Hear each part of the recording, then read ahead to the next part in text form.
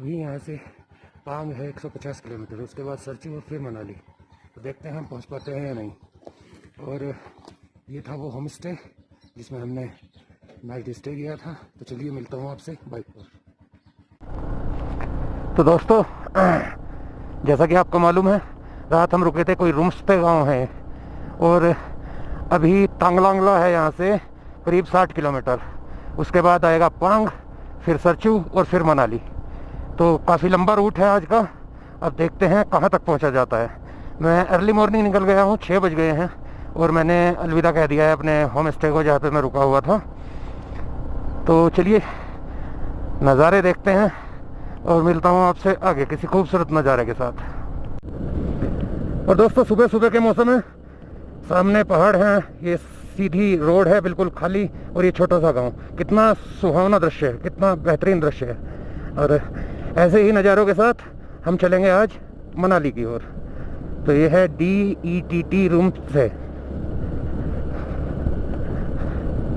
यहाँ पे मैंने स्टे किया था, और अब हम चल रहे हैं पांग की ओर।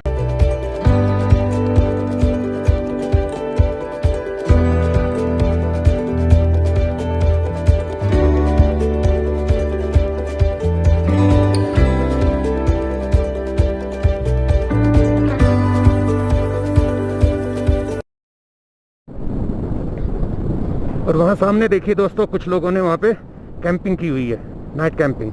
4 गाड़ी हैं और 3 टेंट लगे हुए हैं इनके। और हाँ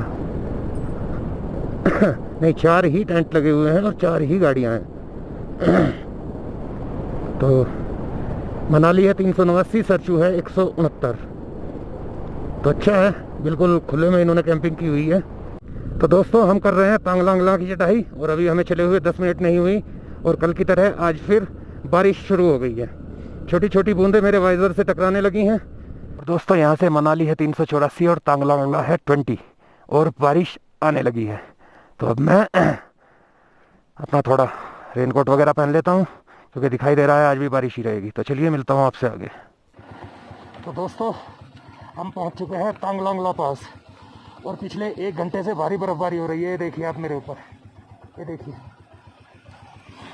वीडियो इस वजह से नहीं बना सका क्योंकि बहुत बुरी हालत थी, और जो वो इतनी हो रही थी, क्या नाम, बर्फबारी, कि आप देख ही सकते हैं मेरे कपड़ों पे किस तरीके से बर्फ है। ये देखिए। और हम पहुँच चुके हैं तांगलांगला पास, तांगलांगला टॉप पर।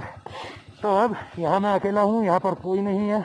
टाइम हो गया है 7:01, यानी कि करीब 1 घंटे में या 1.25 घंटे में हमने तांगलांगला पास की चढ़ाई कवर कर दी।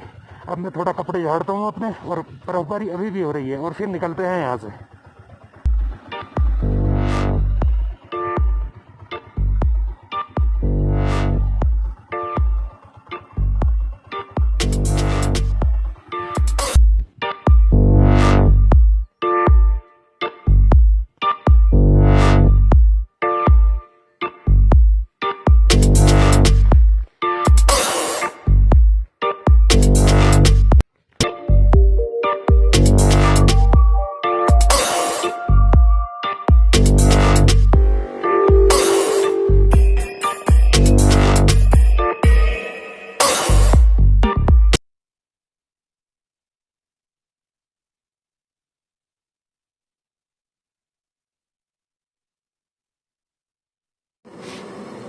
तो भाई, मैं फ़िलहाल डेबरिंग में, और ठंड का लेवल बहुत ज़्यादा है।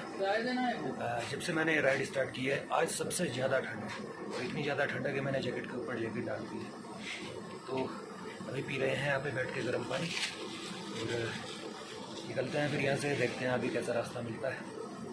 तो मिलता हूँ आपको बाइक पर। तो फ्रेंड्स, रेडी टू रोल।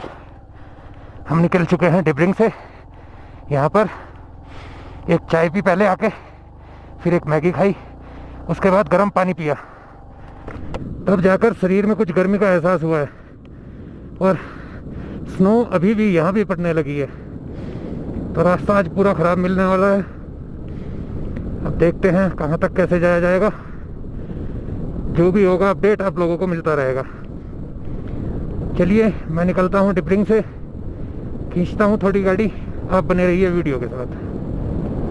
और रोड कंडीशन अभी तक ठीक है, लेकिन पांग से और जो सरचू का पैच है 88 किलोमीटर का, वो बोल रहे हैं बहुत ज़्यादा ख़राब है। चलिए देखते हैं, जैसा भी होगा सामने आ जाएगा। और ये देखिए कुछ भेड़े यहाँ पर भी है, ये भी बहुत सारी है। और यहाँ सामने लोग इंजॉयमेंट करते हुए, मेन डेबरिंग ये है। मैं थोड़ा डेबरिंग से पहले एक ढाबा पड़ा था, उस पर रुक गया था। और है यहाँ भी कुछ नहीं, यहाँ भी 2-4 घर ही हैं बस, और ज़्यादा तो यहाँ भी कुछ नहीं है। लेकिन यहाँ पे आप रात में रुक सकते हो अगर आते हो तो, वो फैसिलिटी यहाँ पे अवेलेबल है। जो ढाबे वाले हैं उन्होंने ही बिस्तर लगाए हुए हैं और वो रात को रुकाते हैं लोगों को।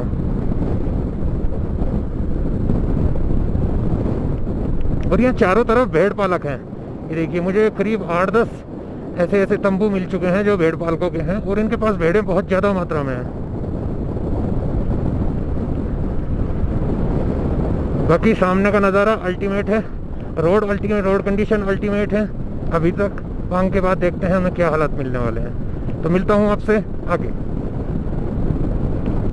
और व्यू देखिए गाइस, क्या व्यू है यहाँ से। ऊंचे ऊंचे पहाड़ दूर दूर, और बीच में मैदान, और उसमें से निकलती हुई ये रोड, और पांग रह गया है 39। तो व्यू बहुत अल्टीमेट है। और हवा बहुत तेज चल रही है, तो अगर विंड नॉइस आ रहा हो तो उसको इग्नोर करिएगा, क्योंकि विंड नॉइस तो आना ही आना है इतनी तेज हवा में। बाकी नज़ारों का लुत्फ उठाइए, नज़ारों को एंजॉय करिए।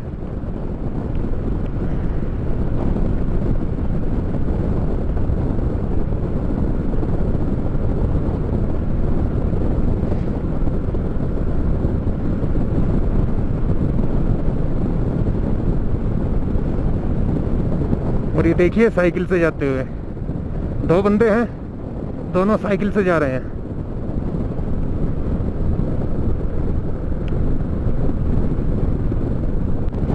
और सामने का व्यू देखिए गाइस, क्या अल्टीमेट हो रहा है।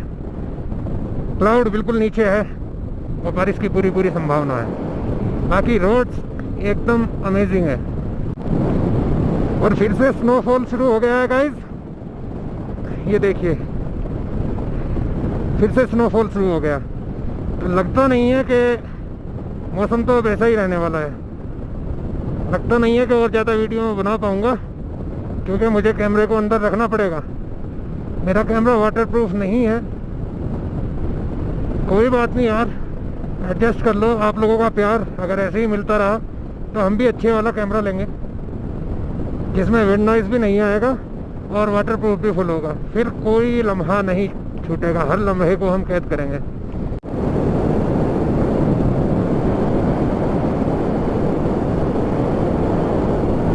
और देखिए दूर दूर तक, जहाँ तक नजर जाती है वहाँ तक प्लेन मैदान है, पूरा प्लेन। इसीलिए इसको मोरे प्लेन बोलते हैं, नाम है इसका मोरे प्लेन। और बहुत अल्टीमेट व्यू है यहाँ का। काश अगर कल मुझे पेट्रोल की समस्या ना हुई होती और मेरा 1 घंटा ख़राब ना होता। एक्चुअली मैं उपसी से वापस जाकर पेट्रोल लेके आया हूँ। मैं निकल चुका था, जो लास्ट पेट्रोल पंप था उससे करीब 18 किलोमीटर आगे, 15 से 18 किलोमीटर। तो फिर मुझे वापस जाना पड़ा और पेट्रोल लेके आना पड़ा। तो इसलिए मेरे करीब 2-2.5 घंटे ख़राब हो गए। वरना हो सकता था कि हम रात को मोरे प्लेन में कैंपिंग करते हैं, फिर हम यहाँ तक आ सकते थे। तो चलिए, जो होता है अच्छे के लिए होता है। तो मिलता हूँ आपसे आगे। फ्रेंड्स, पांग नीचे नज़र आने लगा है और मुझे हेयर पिन बैंड भी दिखाई देने लगे हैं। ये करीब 11 या 12 हेयर पिन बैंड है यहाँ पे। तो पांग दिखाई देने लगा है। यहाँ से रह गया है 5 किलोमीटर।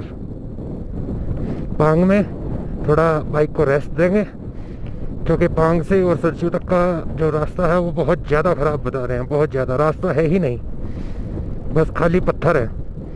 तो इसलिए बाइक को 10 मिनट का रेस्ट देंगे और उसके बाद निकलेंगे पांग से सरचू की ओर। मौसम थोड़ा सा ठीक हुआ है, लेकिन क्लाउड अभी भी पूरा लगा हुआ है। पीछे से थोड़ी थोड़ी धूप आनी शुरू हुई है, कहीं से बादलों में से सूर्यदेव झाँक रहे हैं। तो थोड़ा सा गर्मी का एहसास बन गया है, वरना बहुत ज़्यादा ठंड है। तो चलिए मिलता हूँ आपसे। पांग हम आए हैं, देखिए जहाँ पे वो ट्रक्स हैं, और वहाँ नीचे हमें जाना है पांग में। और ये है हेयर पिन पॉइंट रोड, ऐसे ऐसे ऐसे ऐसे करके है जिगजैग फॉर्मेशन में।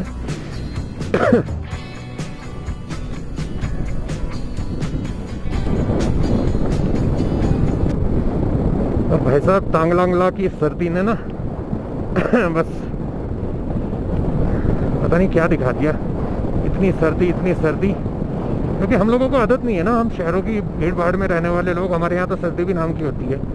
5-4 दिन सर्दी पड़ेगी जो ठीक ठाक सी पड़ेगी, जिसको हम बोलेंगे हाँ बहुत सर्दी है भाई, वो 5-4 दिन की होती है, वरना नॉर्मल सर्दी होती है। और अब जुलाई के मौसम में, जुलाई के महीने में जब हमारे यहाँ भयानक सड़ा देने वाली गर्मी पड़ रही है, उस टाइम यहाँ इतनी ज़्यादा ठंड होना इस बात का परिचायक है कि सर्दियों में यहाँ पे क्या होता होगा। सर्दियों में रास्ते बिल्कुल बंद हो जाते हैं और यहाँ 10-10, 20-20 फीट ऊंची बर्फ जम जाती है, तो यहाँ रास्ते बिल्कुल ब्लॉक हो जाते हैं, कोई नहीं आ पाता। बस यही 2-4 महीने होते हैं, अक्टूबर तक का टाइम होता है, जून से अक्टूबर में बंद हो जाता है बिल्कुल। जून से सितंबर, सॉरी, अक्टूबर में तो बंद ही हो जाता है। तब तक ही ये रोड्स खुले हुए होते हैं। और देखिए यहाँ से ऊपर से पांग का नज़ारा कितना अच्छा लग रहा है। वो एक पुल है लोहे का, और वहाँ ऐसे जिगजैग में गाड़ियाँ जो जा रही हैं, बहुत अच्छा नज़ारा है।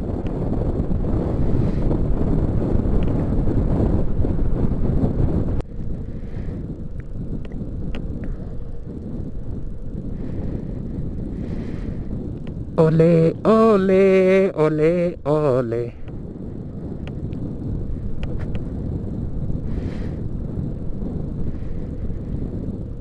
एक बात अभी तक अच्छी हुई है, जब से हम तांगलांगला से उतरे हैं तब से हमें बारिश नहीं मिली है, वरना स्नो थी वहाँ पे और उसके बाद थोड़ी सी बारिश भी मिली। क्योंकि जहाँ ऊपर स्नो होती है वहाँ नीचे जाके थोड़ी बारिश तो मिलती ही नहीं। तो उसके बाद फिर मौसम ठीक है, कुल मिला के बारिश नहीं मिली है। क्लाउड्स तो पूरे लगे हुए हैं, लेकिन बारिश नहीं मिली है। बारिश में क्या होता है, बस सारा मज़ा ख़राब हो जाता है बाइकिंग का। बारिश 1-2 घंटे की अच्छी लगती है। और देखिए वो ट्रक, देखिए हम कहाँ से उतर के आ रहे हैं, ऊपर से, वो बिल्कुल टॉप से उतर के आए हैं।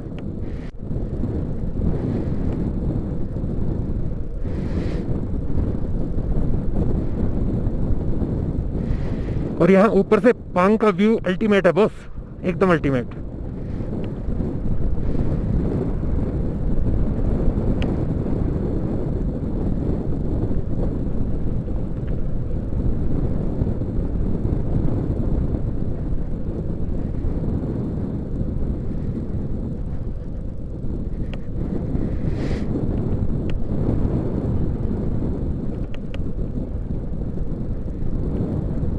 वाह, what a view guys, what a view. देखिए कितना खूबसूरत लग रहा है,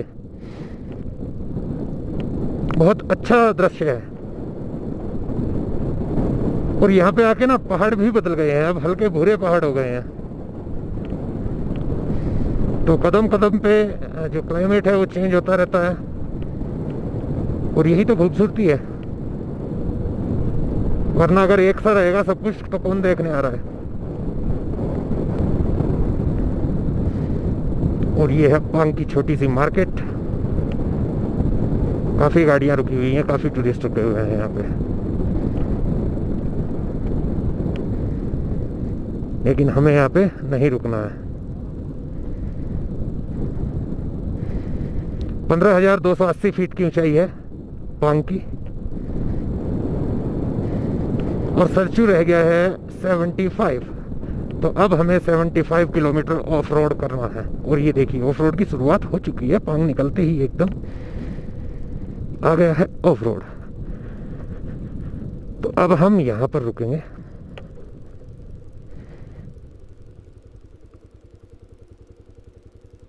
दस मिनट के लिए 10 मिनट का ब्रेक लेंगे, उसके बाद बढ़ेंगे आगे।